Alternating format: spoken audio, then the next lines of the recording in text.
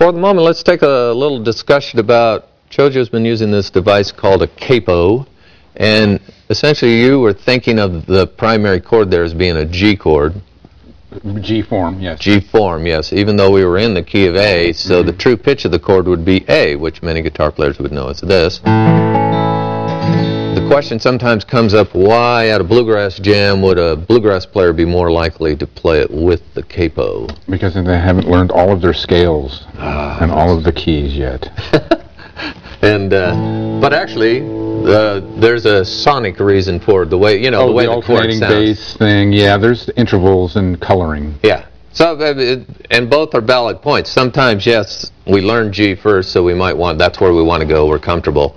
But there's a real reason, like a bluegrass player wants to get that G, hit that G chord, and you can just hear the way that chord rings, and it's still, even though it's full, it's kind of light, and it lets the music move.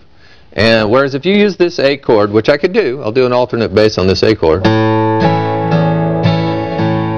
starts to get a little heavy on that low end, get muddied up right in there with the bass. So that's, to me, kind of the primary reason why a lot of bluegrass players play that. The other thing is some of the licks that you'd like to do, such as your little G run, which try yours on the...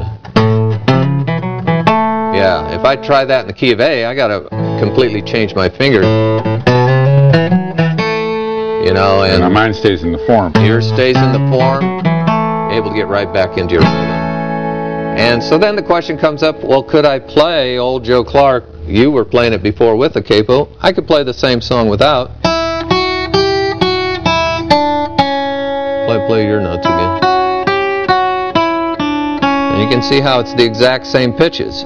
So it's a little bit of an either or, but especially if there's just one guitar, definitely go favor towards the Capo.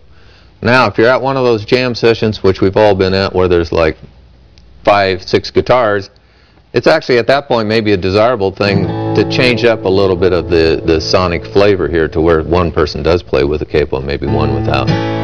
But overall, that's the bluegrass form tends to use the Capo when playing in keys of G, moving it on up. It would allow you to play, next fret would be B flat, next fret would be B, but you're still just thinking your friendly old G chord.